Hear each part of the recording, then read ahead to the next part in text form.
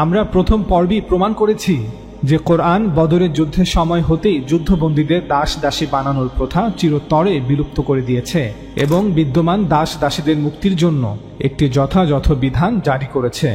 চলুন এবার জেনে নেই যে দাসীদের সাথে বিবাহ বহির্ভূত সম্পর্ক স্থাপনের বিষয়ে কোরআন কি বলে। আল্লাহ তাআলা বলেন, নারীদের মধ্যে যারা ইতিমধ্যেই বিবাহ বন্ধনে আবদ্ধ তাদেরকে বিবাহ করা তোমাদের জন্য নিষিদ্ধ করা হয়েছে, কিন্তু তোমাদের ডান হাত যাদের অধিকারী তোমাদের জন্য এগুলো আল্লাহর বিধান। সূরা নিসা আয়াত 24। এই আয়াতের দুটি ব্যাখ্যা প্রদান করা হয়েছে। আমরা প্রথমে ভুল ব্যাখ্যাটি আপনাদের কাছে বর্ণনা করব। অধিকাংশ মুফাসসিররা বলেন, এই আয়াতে বলা হচ্ছে যে অন্যের স্ত্রীকে বিয়ে করা যাবে না যদি না সেই নারী যুদ্ধবন্দী হয়ে থাকে। এর কারণ যেসব নারীরা যুদ্ধবন্দিনী হয়ে মুসলিমদের নিয়ন্ত্রণে এসেছে এবং তাদের স্বামীরা দারুল হারবে অর্থাৎ ইসলামের শত্রুদের শাসিত দেশে রয়ে গেছে, তাদের বিবাহ করা হারাম নয়, যদিও তাদের স্বামীর থেকে এখনও তালাক নিশ্চিত করা হয়নি। কারণ দারুল হারব থেকে দারুল ইসলামে আসার পর তাদের বিয়ে ভেঙে গেছে। এই ধরনের নারীদের বিয়েও করা যায়, আবার যাদের মালিকানায় তারা আছে তারা ইচ্ছা করলে এই নারীদের বিয়ে না করেই তাদের সাথে সঙ্গম করতে পারে। কারণ এই যুদ্ধবন্দিনীরা এখন দাসী। যুদ্ধে বন্দী হওয়ার পর তাদের দাসী বানানো হয়েছে, তাদের দাসী বানিয়ে মুসলমানদের মধ্যে বন্টন করা হয়েছে এবং প্রত্যেক মুসলমান তার নিজ নিজ দাসীর মালিক। যেহেতু সে তার যুদ্ধবন্দিনী দাসীর মালিক, তাই সে তার সাথে বিয়ে না করেই সঙ্গম করতে পারবে। আমাদের কাছে এই ব্যাখ্যাটি মোটেও গ্রহণযোগ্য নয়। আফগান পাকিস্তান সীমান্ত অঞ্চল চিত্রালে তৈরি আফগানি পাকুল বা পাশতুন টুপি সংগ্রহ করতে আমাদের দ্য বিলিভার সুক ফেসবুক পেজে অথবা হোয়াটসঅ্যাপ নাম্বারে অর্ডার করুন। অর্ডার করতে নিচে ডেসক্রিপশন বক্সে দেওয়া লিঙ্কে ক্লিক করুন। আমরা প্রথম পর্বেই প্রমাণ করেছি যে কোরআন বদরের যুদ্ধের সময় হতেই যুদ্ধবন্দীদের দাস দাসী বানানোর প্রথা চিরতরে বিলুপ্ত করে দিয়েছে। অতএব কারণে যুদ্ধবন্দী নারীদের দাসী বানিয়ে তাদের সাথে বিয়ে ব্যতীত সঙ্গম করার দাবিটি সম্পূর্ণ মিথ্যা। অধিকাংশ মুফাসসিরগণ এই আয়াতে ব্যবহৃত মা মালাকাত আইমানুকুম শব্দগুলো দ্বারা বাদী বা দাসী অর্থ নিয়েছেন। মা মালাকাত আইমানুকুম শব্দগুলোর আক্ষরিক অর্থ হচ্ছে তোমাদের ডান হাত যাদের অধিকারী বা তোমাদের ডান হাত যাদের উপর অধিকার রাখে। পবিত্র কোরআনে মা মালাকাত আইমানুকুম শব্দগুলো দাস দাসী উভয়ের জন্যই ব্যবহৃত হয়েছে। উদাহরণস্বরূপ আল্লাহ তাআলা বলেন, তোমাদের ডান হাত যাদের অধিকারী তাদের মধ্যে, অর্থাৎ তোমাদের মালিকানাধীন দাস দাসীদের মধ্যে যারা মুক্তির জন্য লিখিত চুক্তি করতে চায় তাদের সাথে তোমরা লিখিত চুক্তি করো, যদি তোমরা তাদের মধ্যে কল্যাণ আছে বলে জানতে পারো এবং আল্লাহ সম্পদ হতে তাদেরকে দাও যা তিনি তোমাদের দিয়েছেন। সূরা নূর আয়াত 33। যেহেতু মা মালাকাত আইমানুকুম শব্দগুলোর আক্ষরিক অর্থ দাস দাসী, তাই অধিকাংশ মুফাসসিরগণ সূরা নিসা 24 নং আয়াতে ব্যবহৃত মা মালাকাত আইমানুকুম শব্দগুলো দ্বারা বাদী বা দাসী অর্থ নিয়েছেন, আর এটিই ছিল তাদের ভুল। এই আয়াতে ব্যবহৃত মা মালাকাত আইমানুকুম অর্থ দাসী নয়, বরং সেই সকল স্বাধীন নারীদেরকে বোঝানো হয়েছে যারা এখন যুদ্ধবন্দী হয়ে মুসলমানদের কাছে বন্দী অবস্থায় আছে। কারণ যে সকল নারী পুরুষরা যুদ্ধে আটক হয়ে মদিনাতে অবস্থান করছে তাদের উপর মুসলমানদের মালিকানার অধিকার না থাকলেও যেহেতু তারা এখন মুসলমানদের বন্দী, তাই প্রত্যেক মুসলমান তার নিজ নিজ বন্দী বা বন্দিনীর উপর অধিকার রাখে। এ বিষয়ে আমরা প্রথম পর্বে বিস্তারিতভাবে আলোচনা করেছি, লিংক নিচে দেয়া থাকবে। যেহেতু প্রত্যেক মুসলমান তার নিজ নিজ বন্দী বা বন্দিনীর উপর অধিকার রাখে, তাই তাদেরকেও পবিত্র কোরআনে মা মালাকাত আইমানুকুম বলে অভিহিত করা হয়েছে। চলুন এবার সূরা নিসা 24 নং আয়াতের সঠিক অনুবাদ আপনাদের পড়ে শোনাই। নারীদের মধ্যে যারা ইতিমধ্যেই বিবাহ বন্ধনে আবদ্ধ তাদেরকে বিবাহ করা তোমাদের জন্য নিষিদ্ধ করা হয়েছে, কিন্তু তোমাদের ডান হাত যাদের অধিকারী, অর্থাৎ যে সকল নারীরা যুদ্ধবন্দী হয়ে এখন তোমাদের কাছে বন্দী অবস্থায় আছে, তোমরা তাদেরকে তাদের সম্মতিতে বিয়ে করতে পারো, যদিও তারা বিবাহিত হয়ে থাকে। তোমাদের জন্য এগুলো আল্লাহর বিধান। সূরা নিসা আয়াত 24। এই আয়াতের সঠিক ব্যাখ্যা হলো, যে সকল যুদ্ধবন্দী নারীরা মদিনায় এসে মুসলমান হয়ে গিয়েছিল, মুসলমান হয়ে তারা এখন একজন মুসলিম পুরুষকে বিয়ে করতে চায়, আল্লাহ তাআলা এই সকল নারীদের বিষয়ে বলেন যে এই নারীরা পূর্ব হতে বিবাহিত হলেও মদিনার যে কোনো মুসলমান পুরুষ তাদের বিয়ে করতে পারবে। কারণ তারা এখন আর মুশরিকা নয়, বরং ঈমানদার মুমিনা। এই নারীদের জন্য এটা মোটেও আবশ্যক নয় যে পুনরায় বিয়ে করার জন্য তাদেরকে তাদের মুশরিক স্বামী হতে তালাক নিতেই হবে। তাই তাদের আগের বিয়ে স্বয়ংক্রিয়ভাবেই বাতিল হয়ে যাবে। তাছাড়া যুদ্ধ পরবর্তী সময়ে এই সকল যুদ্ধবন্দী নারীরা যারা এখন মুসলিম হয়ে মদিনাতে বসবাস করছে, তাদের পক্ষে আনুষ্ঠানিকভাবে তালাক নেওয়া কোনো সহজ বিষয়ও ছিল না।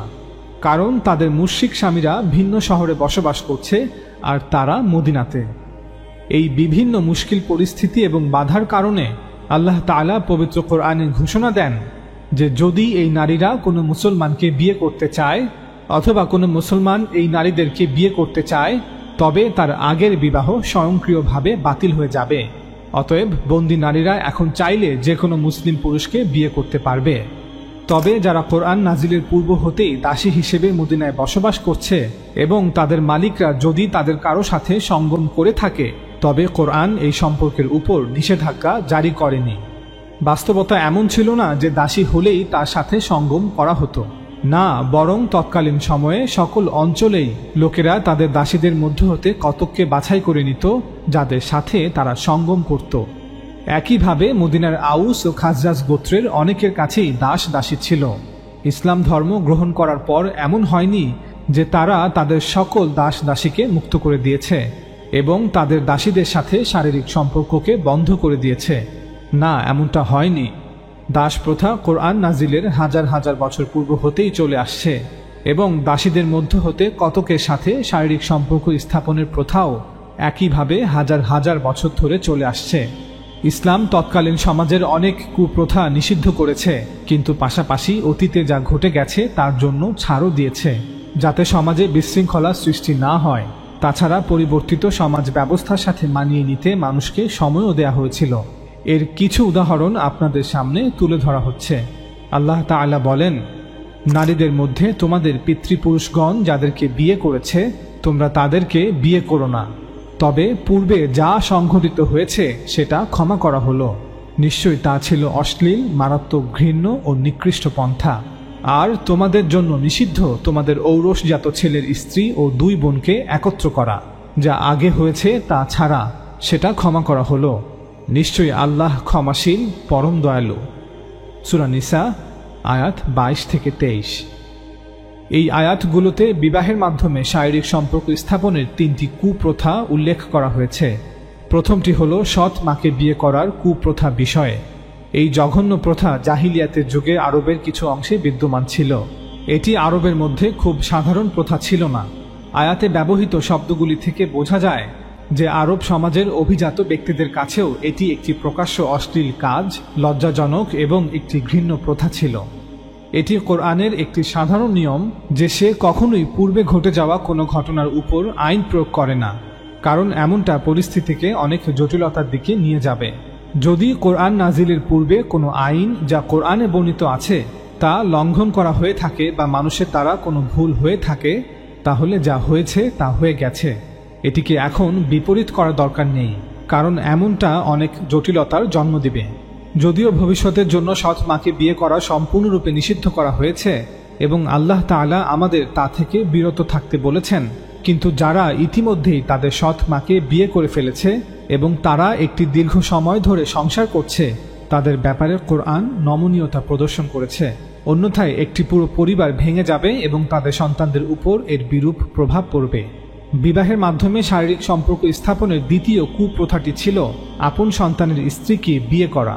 তৎকালীন আরবের কেউ কেউ নিজের ঔরসজাত ছেলের মৃত্যুর পর অথবা তালাকের পর তার ছেলের প্রাক্তন স্ত্রীকে বিয়ে করত। যদিও ভবিষ্যতের জন্য ছেলের স্ত্রীকে বিয়ে করা সম্পূর্ণরূপে নিষিদ্ধ করা হয়েছে এবং আল্লাহ তাআলা আমাদের তা থেকে বিরত থাকতে বলেছেন, কিন্তু যারা ইতিমধ্যেই তাদের ছেলের স্ত্রীকে বিয়ে করে ফেলেছে তাদের ব্যাপারে কোরআন নমনীয়তা প্রদর্শন করেছে। অন্যথায় একটি পরিবার ভেঙে যাবে এবং তাদের সন্তানদের উপর এর বিরূপ প্রভাব পড়বে। বিবাহের মাধ্যমে শারীরিক সম্পর্ক স্থাপনের তৃতীয় কুপ্রথাটি ছিল একজন পুরুষ কর্তৃক একসঙ্গে দুই বোনকে বিবাহ বন্ধনে রাখা। যদিও ভবিষ্যতের জন্য একসঙ্গে দুই বোনকে বিবাহ বন্ধনে রাখা সম্পূর্ণরূপে নিষিদ্ধ করা হয়েছে এবং আল্লাহ তাআলা আমাদের তা থেকে বিরত থাকতে বলেছেন, কিন্তু যারা ইতিমধ্যেই একসঙ্গে দুই বোনকে বিয়ে করে ফেলেছে তাদের ব্যাপারে কোরআন নমনীয়তা প্রদর্শন করেছে। অন্যথায় যে কোনো একটি পরিবার ভেঙে যাবে এবং তাদের সন্তানদের উপর এর বিরূপ প্রভাব পড়বে। দাস প্রথাও একটি কুপ্রথা ছিল। পবিত্র কোরআনে যুদ্ধবন্দীদের দাস দাসী বানানোর প্রথা নিষিদ্ধ করা হলেও মুসলমান সমাজে বিদ্যমান সকল দাস দাসীদের মুক্ত করতে কোরআন মুসলমানদের বাধ্য করেনি, বরং মুকাতাবাতের বিধান জারি করেছে। এ বিষয়ে আমরা প্রথম পর্বে বিস্তারিতভাবে আলোচনা করেছি। দ্বিতীয়ত, বিবাহ ব্যতীত দাসীদের সাথে শারীরিক সম্পর্ক স্থাপন একটি কুপ্রথা। সে সময় মুসলমান সমাজে বিদ্যমান দাসীদের সাথে বিবাহ বহির্ভূত শারীরিক সম্পর্ককে কোরআন সমর্থন না করলেও কোরআন নাজিলের পূর্ব হতে যে সকল দাসীদের সাথে শারীরিক সম্পর্ক স্থাপন করা হয়েছে তাদের বিষয়ে কোরআন কোনো নিষেধাজ্ঞা জারি করেনি। তবে পবিত্র কোরআন হতে এটা স্পষ্ট যে এখন থেকে যুদ্ধে বন্দী নারীদের দাসী বানিয়ে তাদের সাথে শারীরিক সম্পর্ক স্থাপন সম্পূর্ণভাবে নিষিদ্ধ।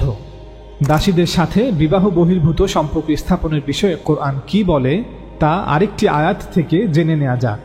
আল্লাহ তাআলা বলেন, আর সেই সকল মুমিনরাই সফলকাম হয়েছে যারা নিজেদের যৌনাঙ্গকে সংরক্ষিত রাখে, তাদের স্ত্রী ও তাদের ডান হাত যার অধিকারী তারা ব্যতীত, অর্থাৎ অধিকারভুক্ত দাসীগণ ব্যতীত। নিশ্চয়ই এতে তারা নিন্দিত হবে না। অতঃপর কেউ এদেরকে ছাড়া অন্যকে কামনা করলে তারাই হবে সীমা লঙ্ঘনকারী। সূরা আল মুমিনুন আয়াত 5-7। এই আয়াতে নিজের স্ত্রী বা স্ত্রীদের ছাড়াও দাস নারীর কথা উল্লেখ করা হয়েছে, কারণ তখন পর্যন্ত দাস প্রথার অবসান হয়নি। তাই সূরা মুহাম্মাদের 4 নং আয়াতে যুদ্ধবন্দী নারী পুরুষদের দাস বানানোর নিষেধাজ্ঞা থাকা সত্ত্বেও সমাজে আগে থেকেই বিদ্যমান দাসীদের ক্ষেত্রে এই ব্যতিক্রম বজায় রাখা অপরিহার্য ছিল। আমরা একটু আগেও বলেছি যে সে সময় সমাজে বিদ্যমান দাসীদের সাথে বিবাহ বহির্ভূত শারীরিক সম্পর্ককে কোরআন সমর্থন না করলেও কোরআন নাজিলের পূর্ব হতে যে সকল দাসীদের সাথে শারীরিক সম্পর্ক স্থাপন করা হয়েছে তাদের বিষয়ে কোরআন কোনো নিষেধাজ্ঞা জারি করেনি। তবে পবিত্র কোরআন হতে এটা স্পষ্ট যে এখন থেকে যুদ্ধে বন্দী নারীদের দাসী বানিয়ে তাদের সাথে শারীরিক সম্পর্ক স্থাপন সম্পূর্ণভাবে নিষিদ্ধ। পরবর্তীতে কোরআন সূরা নূরের 33 নং আয়াতে মুসলমানদের এই বিদ্যমান দাস দাসীদের সাথে মুকাতাবাত করার নির্দেশ দিয়েছে। তোমাদের মালিকানাধীন দাস দাসীদের মধ্যে যারা মুক্তির জন্য লিখিত চুক্তি করতে চায় তাদের সাথে তোমরা লিখিত চুক্তি করো, যদি তোমরা তাদের মধ্যে কল্যাণ আছে বলে জানতে পারো, এবং আল্লাহ সম্পদ হতে তাদেরকে দাও যা তিনি তোমাদেরকে দিয়েছেন। সূরা নূর আয়াত 33। এ বিষয়ে আমরা প্রথম পর্বে বিস্তারিতভাবে আলোচনা করেছি, লিংক নিচে দেয়া থাকবে। দাসীদের সাথে বিবাহ বহির্ভূত সম্পর্ক স্থাপনের বিষয়ে এই একই বার্তা পবিত্র কোরআনের সূরা মাআরিজে দেয়া হয়েছে। আল্লাহ তাআলা বলেন, আর যারা নিজেদের যৌনাঙ্গসমূহের হেফাজতকারী তাদের স্ত্রী ও তাদের ডান হাত যাদের অধিকারী তারা ব্যতীত, অর্থাৎ অধিকারভুক্ত দাসীগণ ব্যতীত, এতে তারা নিন্দনীয় হবে না। তবে যে কেউ এদের বাইরে অন্যকে কামনা করে তারাই তো সীমা লঙ্ঘনকারী। সূরা মাআরিজ আয়াত 29-31। আল্লাহ তাআলা পবিত্র কোরআনে রাসূল সাল্লাল্লাহু আলাইহি ওয়াসাল্লামকে বলেন, হে নবী, আমি তোমার জন্য তোমার স্ত্রীদেরকে হালাল করেছি যাদেরকে তুমি মোহরানা দিয়েছ, আর আল্লাহ তোমাকে ফাই হিসেবে অর্থাৎ যুদ্ধের গনিমত হিসেবে যাদের দিয়েছেন তন্মধ্যে তোমার ডান হাত যাদের অধিকারী অর্থাৎ যুদ্ধবন্দী নারীদের মধ্য হতে যারা তোমার অধিকারে এসেছে তাদেরকেও তোমার জন্য হালাল করেছি। অধিকাংশ মুফাসসিরগণ বলেন, এই আয়াতে সেই সকল দাসীদের কথা উল্লেখ করা হয়েছে যারা যুদ্ধে বন্দী হয়ে পরবর্তীতে রাসূল সাল্লাল্লাহু আলাইহি ওয়াসাল্লামের মালিকানাধীন হয়েছে। আমাদের কাছে এই ব্যাখ্যাটি মোটেও গ্রহণযোগ্য নয়। আমরা প্রথম পর্বেই প্রমাণ করেছি যে কোরআন বদরের যুদ্ধের সময় হতেই যুদ্ধবন্দীদের দাস দাসী বানানোর প্রথা চিরতরে বিলুপ্ত করে দিয়েছে। অতএব কারণে যুদ্ধবন্দী নারীদের দাসী বানিয়ে তাদের সাথে বিয়ে ব্যতীত সঙ্গম করার দাবিটি সম্পূর্ণভাবে মিথ্যা। এই আয়াতে ওয়ামা মালাকাত ইয়ামিনুক অর্থাৎ তোমার ডান হাত যাদের অধিকারী এই শব্দগুলোর পরে মিম্মা আফা আল্লাহু আলাইক অর্থাৎ আল্লাহ তোমাকে ফাই হিসেবে যাদের দিয়েছেন এই শব্দগুলো এসেছে। আল্লাহ তাআলা মা মালাকাত ইয়ামিনুকের পরে মিম্মা আফা আল্লাহু আলাইক শব্দগুলো উল্লেখ করেছেন যাতে করে কেউ এটা মনে না করে যে এই আয়াতে ব্যবহৃত মা মালাকাত ইয়ামিনুক দ্বারা কৃতদাস নারীদের বোঝানো হয়েছে। না, বরং এখানে স্বাধীন নারীদেরকে বোঝানো হয়েছে যারা যুদ্ধে বন্দী হিসেবে আটক হয়েছে এবং রাসূল সাল্লাল্লাহু আলাইহি ওয়াসাল্লামের অধিকারে এসেছে। এখন রাসূল সাল্লাল্লাহু আলাইহি ওয়াসাল্লাম চাইলে এই সকল যুদ্ধবন্দী নারীদের মধ্য হতে যে কাউকে তাদের সম্মতিক্রমে বিয়ে করতে পারবেন। আল্লাহ তাআলার এই বিধান ও অনুমতি অনুযায়ী রাসূল সাল্লাল্লাহু আলাইহি ওয়াসাল্লাম বনি মুস্তালিকের যুদ্ধবন্দিনীদের মধ্য থেকে জুওয়াইরিয়া রাদিয়াল্লাহু তাআলা আনহাকে বিবাহ করেন। খাইবারের যুদ্ধবন্দিনীদের মধ্য থেকে সাফিয়া রাদিয়াল্লাহু তাআলা আনহাকে বিবাহ করেন। সুতরাং কোনো হাদিস বা রাওয়ায়াতে যদি এমন কোনো ঘটনা পাওয়া যায় যা যুদ্ধবন্দী নারীদের সাথে বিবাহ বহির্ভূত যৌন সঙ্গমের অনুমোদন দেয়, তবে নিশ্চিতভাবেই সেই হাদিস বা রাওয়ায়াত মিথ্যা এবং জাল। কেননা রাসূল সাল্লাল্লাহু আলাইহি ওয়াসাল্লাম এমন কোনো কথা বলেননি বা এমন কোনো কাজ করেননি যা কোরআন বিরোধী হতে পারে। উদাহরণস্বরূপ কিছু হাদিস আপনাদের সামনে তুলে ধরা হলো। ইমাম বুখারী বলেন, আমাদেরকে ইসহাক বলেছেন, ইসহাক বলেছেন আমাদেরকে আফফান বলেছেন, আফফান বলেছেন আমাদেরকে ওহাইব বলেছেন, ওহাইব বলেছেন আমাদেরকে মুসা বলেছেন, মুসা বলেছেন আমাদেরকে ইবনে উকবা বলেছেন, ইবনে উকবা বলেছেন আমাকে মুহাম্মদ ইবনে ইয়াহিয়া ইবনে হিব্বান বলেছেন ইবনু মুহাইরিজ হতে, যে আবু সাঈদ খুদরি রাদিয়াল্লাহু তাআলা আনহু হতে বর্ণিত। তিনি একবার বনি মুস্তালিক যুদ্ধ বিষয়ে বর্ণনা করেন যে মুসলমানরা এই যুদ্ধে কতকগুলো বন্দিনী লাভ করলেন। এরপর তারা এদেরকে ভোগ করতে চাইলেন, আবার তারা যেন গর্ভবতী হয়ে না পড়ে সেই ইচ্ছাও তারা করছিলেন। তাই তারা নবী সাল্লাল্লাহু আলাইহি ওয়াসাল্লামকে আজল বিষয়ে জিজ্ঞেস করলেন। নবী সাল্লাল্লাহু আলাইহি ওয়াসাল্লাম বললেন, এতে তোমাদের কোনো লাভ নেই, কারণ আল্লাহ কিয়ামত পর্যন্ত যত জীবন সৃষ্টি করবেন তা সবই লিখে রেখেছেন। সাহিহ বুখারী হাদিস ৭৪০৯। এই হাদিস অনুযায়ী রাসূল সাল্লাল্লাহু আলাইহি ওয়াসাল্লাম সাহাবাদেরকে বনি মুস্তালিকের যুদ্ধবন্দী নারীদের সাথে আজল না করে বিবাহ বহির্ভূত যৌন সঙ্গমের অনুমোদন দিচ্ছেন। নাউযু বিল্লাহ মিন হাযা। সহিহ মুসলিমে এই হাদিসটি বর্ণনা করা হয়েছে এভাবে। ইমাম মুসলিম বলেন যে ইয়াহিয়া ইবনে আইয়ুব, কুতাইবা ইবনে সাঈদ এবং আলী ইবনে হাজার আমাদেরকে বর্ণনা করেছেন। তারা বলেছেন ইসমাইল ইবনে জাফর আমাদেরকে বলেছেন, ইসমাইল ইবনে জাফর বলেছেন রাবিয়াহ আমাকে বলেছেন মুহাম্মদ ইবনে ইয়াহিয়া ইবনে হিব্বানের সূত্রে, যে ইবনু মুহাইরিজ থেকে বর্ণিত।